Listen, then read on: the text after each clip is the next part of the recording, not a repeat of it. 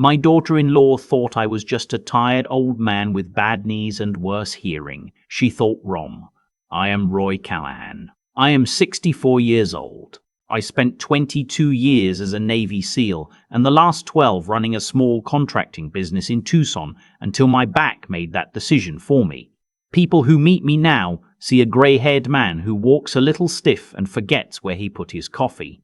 That is exactly what I want them to see. My son Theodore, Teddy, we always called him, called me from Phoenix on the Tuesday afternoon in March. I almost didn't pick up. We hadn't spoken in 8 months, and the last conversation hadn't ended well. But something made me answer. Maybe it was the hour. Teddy never called in the middle of a workday. He didn't say hello. He just said, "Dad, I need you to come." His voice was thin, not the thin of someone tired or stressed, the thin of someone who has been running on empty so long they've forgotten what full felt like. I drove the 2 hours to Phoenix that same night. When Teddy opened the front door of the house he shared with his wife Renee and her mother, I didn't recognize him at first. My son is 6'1". He played linebacker in high school. He used to fill a doorway. The man standing in front of me had dropped maybe 30 pounds. His left arm was in a sling, and he was holding himself like a man who'd learned that standing up straight was a luxury he couldn't afford anymore. "What happened to your arm?" I said. He looked past me toward the driveway, checking whether Renee's car was there. "I fell," he said. "Come inside." I followed him into the kitchen. It was a nice house. Big open floor plan, granite countertops, one of those refrigerators with the screen on the door. Everything about it said money. Teddy had sold his HVAC business 2 years ago when he married Renee, and she'd convinced him to invest the entire $340,000 into her mother's real estate portfolio. Maureen Strauss, Renee's mother, the woman who owns 3 rental properties in Scottsdale and managed them like a CEO and held her son-in-law's money like a fist. Teddy poured 2 cups of coffee. His hands shook when he set mine down. "She controls everything, Dad," he said quietly. "The accounts, the insurance, all of it. I can't write a check over $200 without Renee calling Maureen first." I looked at his arm. "You didn't fall." He stared into his coffee for a long time. "Maureen has a temper," he said. "She threw a paperweight." I was standing too close to the doorframe. I set down my cup. I had been to war. I had watched good men die in places most Americans couldn't find on a map. I had spent 2 decades conditioning myself to respond rather than react, to think before I acted, to let the anger go cold and hard before I put it to use. That night, sitting in my son's kitchen, looking at the sling on his arm, I needed every single one of those 22 years of discipline. "She lives here?" I asked. "She has a room here, yes. She's here most of the week." He paused. "Renee says it's temporary. It's been 14 months. I looked around the kitchen, at the family photos on the fridge, all of them featuring Renee and Maureen. Not a single one of my son. At the pill organizer on the counter labeled with Maureen's name. At the handwritten call list on the whiteboard that had Teddy's name next to 7 items and no one else's next to anything. "Does she know you called me?" I asked. "No." "Good," I said. "I want to stay for a few days." He looked scared. "Dad, if Maureen, I'll be on my best behavior," I said. That was not entirely true. I met Renee's mother the next morning at breakfast. Maureen Strauss was 68 years old, barely 5'4", with silver hair she kept in a tight French roll and eyes that were always calculating something. She walked into the kitchen in a silk robe like she was entering a boardroom and looked at me across the island with the expression of someone who has found a tracking device on their car. "Theodore didn't mention his father was visiting," she said. Not to me, to Renee, who was standing by the toaster.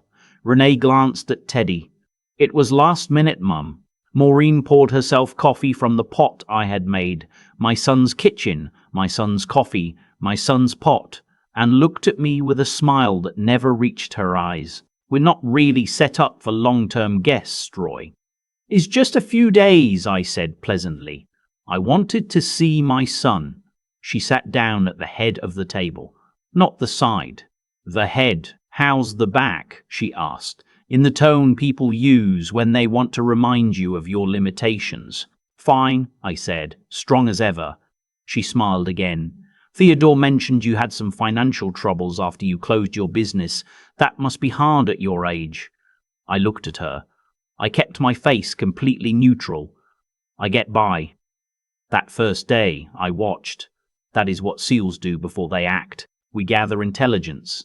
We assess terrain. We identify the enemy's patterns. Maureen's pattern was controlled by exhaustion. She didn't yell. She didn't make scenes. She made requests. Small, constant, unrelenting requests, each one reasonable on its own, collectively suffocating. She asked Teddy to move his truck so she could get hers out, then asked him to look at a leak under her bathroom sink, then asked him to drive 45 minutes to pick up a prescription she'd ordered at a specific pharmacy that happened to be near his old workplace. When he came back, she found fault with the route he'd taken. Too much traffic. He should have known. Renee watched all of it with the careful blankness of someone who has been watching for so long they've stopped seeing it. That evening, I sat with Teddy on the back porch while Maureen and Renee watched television inside. He told me the rest of it. The $1,340,000 from the business sale was tied up in Maureen's LLCs. There was no clean way to get it out without Renee's signature. And Renee hadn't signed anything without her mother's approval in 3 years. Teddy had gone to a lawyer 6 months ago. The lawyer told him it would take 18 months and likely $80,000 in legal fees to dissolve the investment arrangement, and even then, Maureen had structured the partnership agreement in a way that gave her significant leverage. She's not stupid, Teddy said. She's done this before. Her first son-in-law left with nothing. Just walked away because it was easier. What about you? I said. He was quiet for a while. Down by the fence, a roadrunner crossed the yard in that fast, ridiculous sprint they have, and disappeared into the brush. I don't know how to fight her, Dad, he said. She's always one step ahead. And Renee isn't going to choose me. I know that now. She's never going to choose me. I looked at the sling on his arm. Maybe it's time someone fought her instead of you, I said. The next morning, while Maureen was at her Tuesday Pilates class and Renee was at work, I called my oldest friend, a man named Stuart Aldrich. Stuart spent 30 years as a forensic accountant with the IRS before retiring to Sedona. I told him what Teddy had described. He was quiet for a long time. Send me the LLC documents if you can get copies, he said.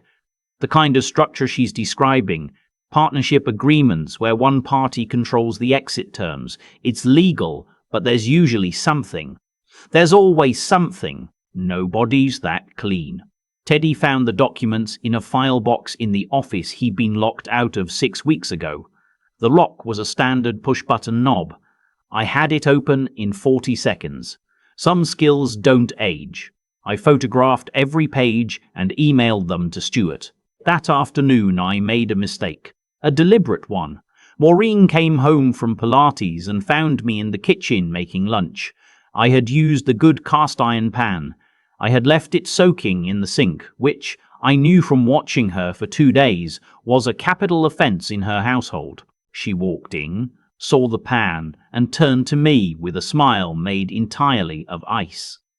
"We don't soak cast iron, Roy," she said. "It ruins the seasoning." "I'm sorry," I said. "I didn't know." She picked up the pan, dried it herself, and muttered something under her breath about guests who don't understand how a proper kitchen works. She was establishing dominance. She wanted me to feel small. She wanted me to understand whose house this was. I let her have it. That evening at dinner, I was quiet and slightly confused, asking what day it was, forgetting I'd already put salt in my coffee. Performing the gentle cognitive decline that I'd seen people assume about men my age, Maureen relaxed. Within 48 hours of meeting me, she had decided I was harmless. That was the most important thing I could have accomplished, because harmless men get ignored. And ignored men see everything. On Wednesday night, I was reading in the guest room when I heard them through the wall, not yelling. Maureen didn't yell, but her voice carried that particular low, steady register that is somehow more frightening than shouting. I pressed my ear to the wall like a teenager. She was talking to Renee. About Teddy. About how he was dragging the family down. About how the money from his business was underperforming in the current market and it might be necessary to restructure, her word, the portfolio. Restructuring, in this context, appeared to mean moving assets into a new LLC that would require Teddy's signature to enter but not to exit. Then she said something that changed the temperature of the room for me. If he becomes a problem, we have options. Dr. Garfield can document the anxiety symptoms. A man with documented emotional instability has a very difficult time in divorce proceedings. I sat back on the bed. She wasn't just controlling him financially. She was building a case. She was planning to have my son medically labeled so she could use it against him in a custody arrangement. They didn't have children yet, but Renee was 3 months pregnant. Teddy hadn't told me. I hadn't known. I found out the next morning when I accidentally saw the prenatal vitamin bottle in the bathroom cabinet I shared with him. I sat with that for an hour. I walked around the block twice in the cold morning air, the kind of March cold in Phoenix that people who've never been there don't believe exists, and I thought about what this meant. Maureen wasn't just a difficult mother-in-law. She was laying the groundwork to take my son's child, to have him declared unfit before the baby was even born. The arm in the sling, the documented anxiety, the financial dependence.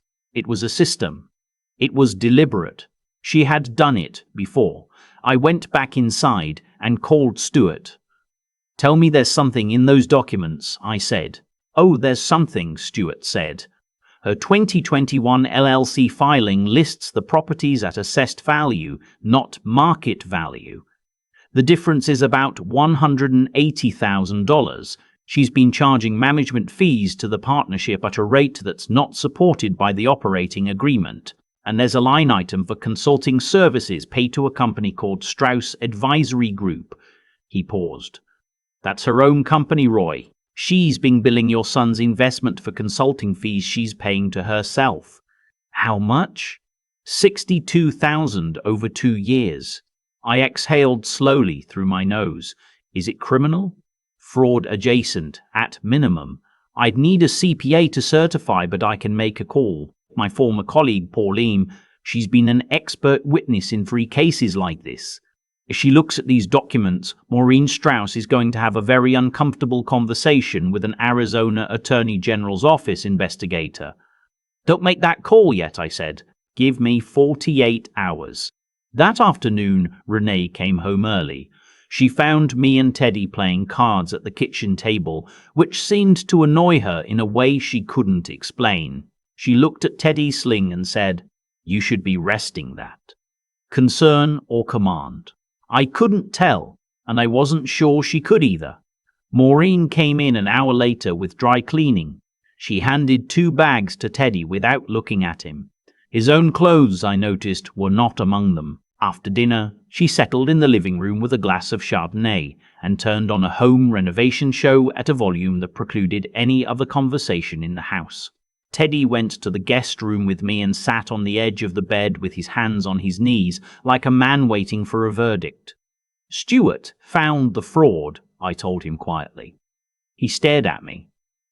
"She's been billing your investment for consulting fees she pays to her own company. $62,000. There may be more." Teddy closed his eyes. When he opened them, there was something there I hadn't seen in 2 days. Not anger. He was past anger. Something harder and quieter than anger. "What do I do with that?" he said. "Nothing yet. I want to try something first. Give me 1 more day." I had spent 2 days being invisible, harmless, the confused old father taking up space in the guest room. Now it was time to let Maureen see something different. The next morning, I came downstairs at 7 before anyone else was up. I made coffee. I sat at the kitchen table with a yellow legal pad and a pen, and I wrote in neat block letters a list. The list had headings: LLC registration numbers, filing dates, fee amounts, the name of Strauss Advisory Group, the name of Stewart's colleague Pauline and her expert witness credentials, and the name of the Arizona Attorney General's Office Financial Crimes Unit, with their main of the Arizona Attorney General's Office Financial Crimes Unit, with their main phone number. I left the legal pad open on the table and went to make myself breakfast. Maureen came down at 7:40. She saw me standing at the stove. She walked to the coffee maker. Then she looked at the table. She went very still. She picked up the legal pad. She read it. I kept my back to her, scrambling eggs, listening to her breathing change. "What is this?" she said. I turned around. I looked at her directly, not with hostility, not with anger, just direct, the way you look at someone when you want them to understand that the conversation they thought they were having is not the conversation that is actually happening. "That's a summary of what a forensic accountant found in your LLC filings," I said.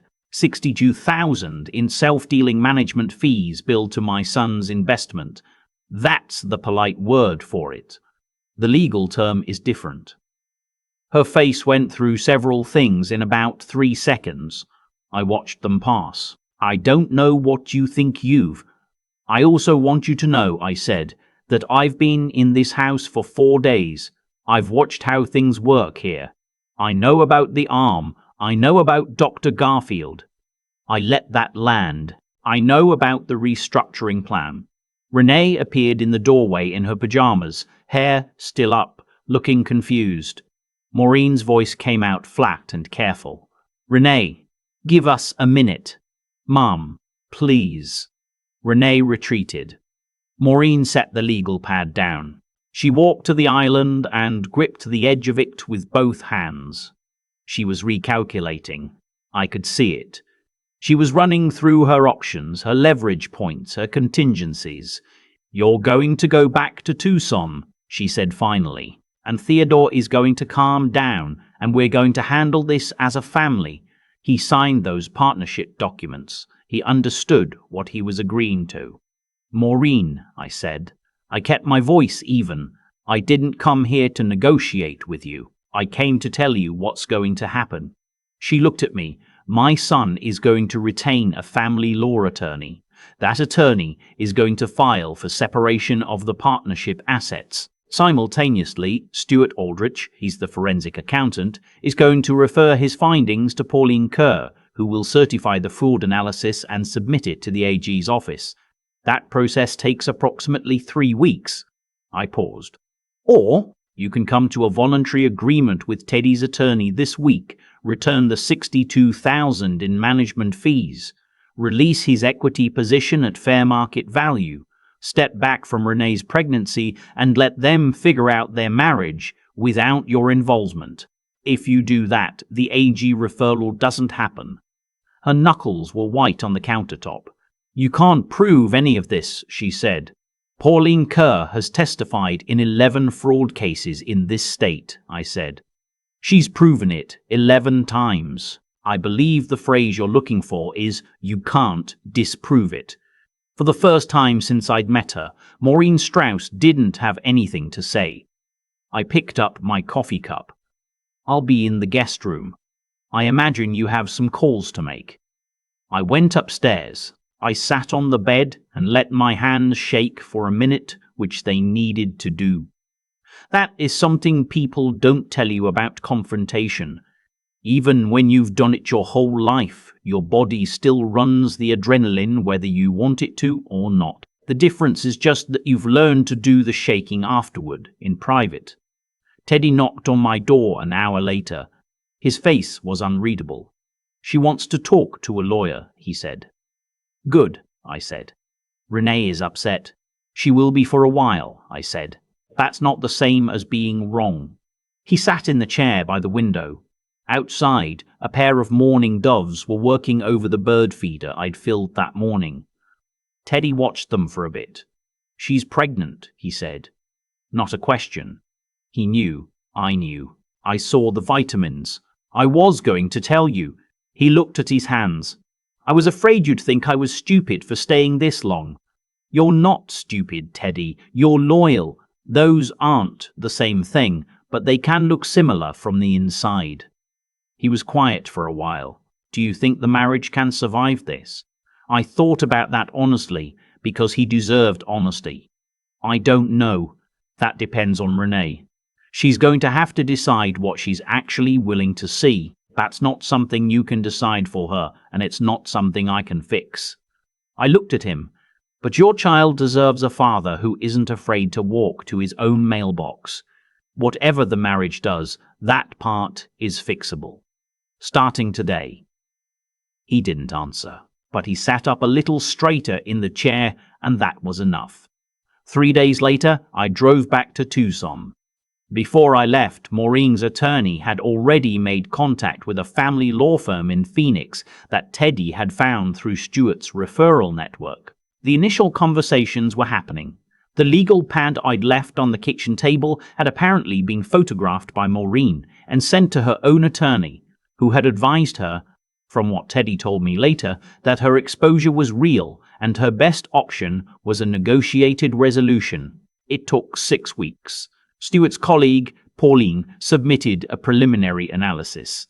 Maureen's attorney came back twice with counteroffers, both of which Teddy's attorney rejected. On the 41st day after I left Phoenix, Teddy called me. She agreed, he said.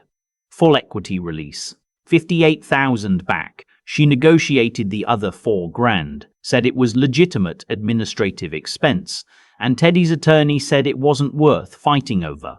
No AG referral. And the arm? I said. A pause. She denied it, but she knows I have the photo. I took one that night when it happened. Didn't tell Renee. My attorney has it.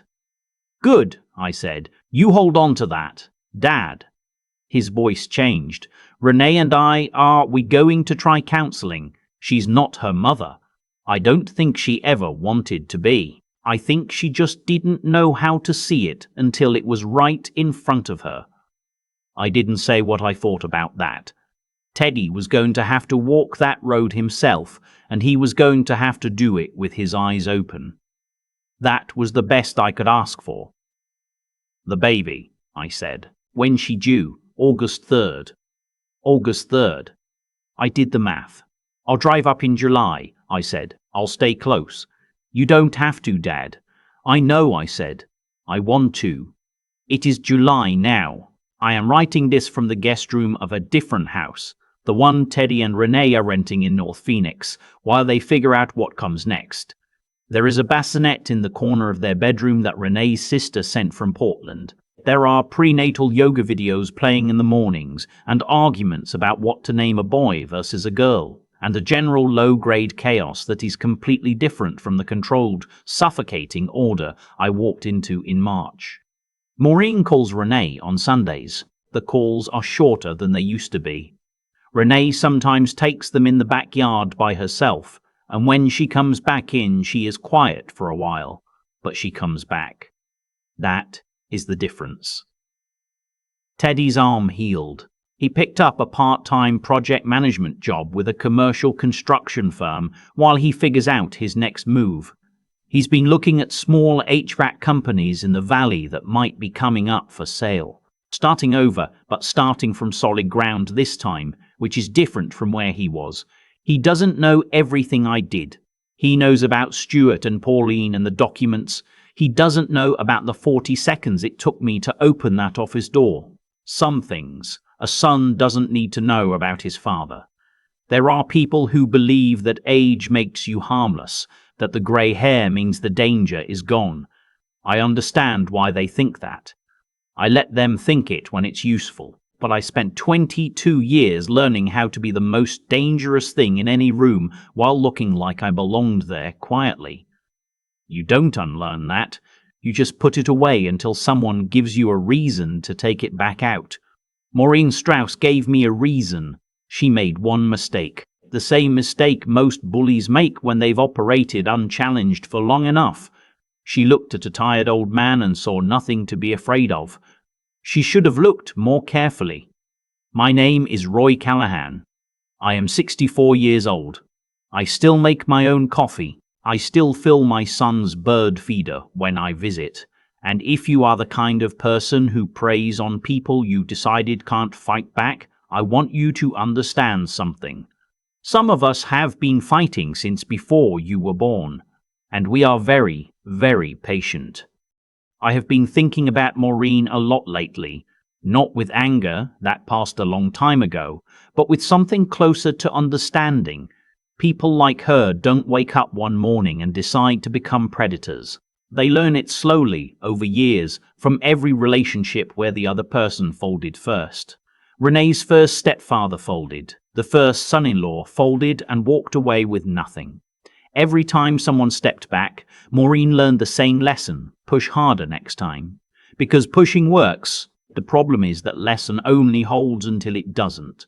What I did in Phoenix was not complicated. I didn't break any laws. I didn't threaten anyone. I sat in a kitchen, laid out a piece of paper with the truth written on it, and waited. That was all. The truth did the rest. And I think that matters, because there's a version of this story where I go in angry, where I confront her on the first night, where I let the emotion run the operation instead of the intelligence. That version ends badly. Maureen Strauss is sharp. She would have used my anger against Teddy, framed me as an unstable old man causing drama, and tightened her grip. Anger without patience is just noise. It gives the other person something to point at. What she couldn't point at was a yellow legal pad with LLC registration numbers and the forensic accountant's name on it. I think about Teddy a lot too, about how long he stayed in something that was hurting him because he was trying to be loyal, trying to hold his marriage together, trying to be the kind of man who doesn't quit. I understand that. I respect the instinct, but there is a version of loyalty that crosses the line into self-erasure, and Teddy had been there for a long time before he called me.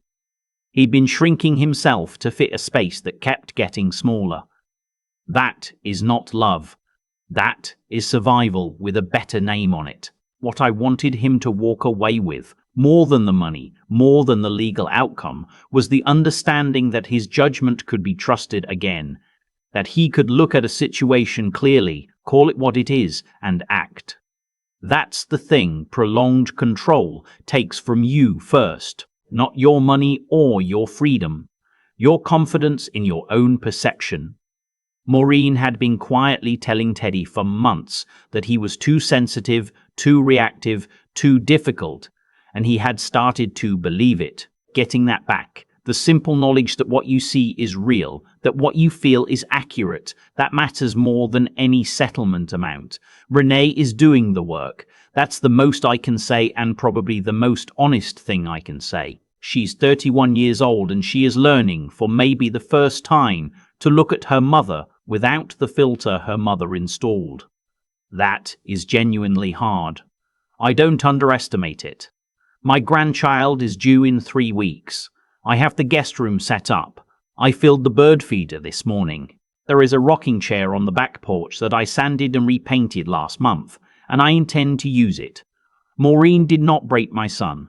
She bent him badly and for a long time, but bent is not broken, and the difference between those two things is everything. Teddy called me when he needed to. He let me help when I showed up. He signed the documents, retained the attorney, and stood in the room while the walls came down around a woman who had never expected them to fall. That took courage. Quiet, exhausted, nearly run out courage. But courage nonetheless. People sometimes ask me if I feel sorry for Maureen. I say no, and I mean it. I feel sorry for the version of her that was never taught that control and love are not the same thing. Whatever made her this way, it was real, and it was probably painful. But understanding how someone became who they are is not the same as accepting what they do. She chose every single day to keep going. So did I. Some choices have consequences. That is not cruelty. That is just how things work.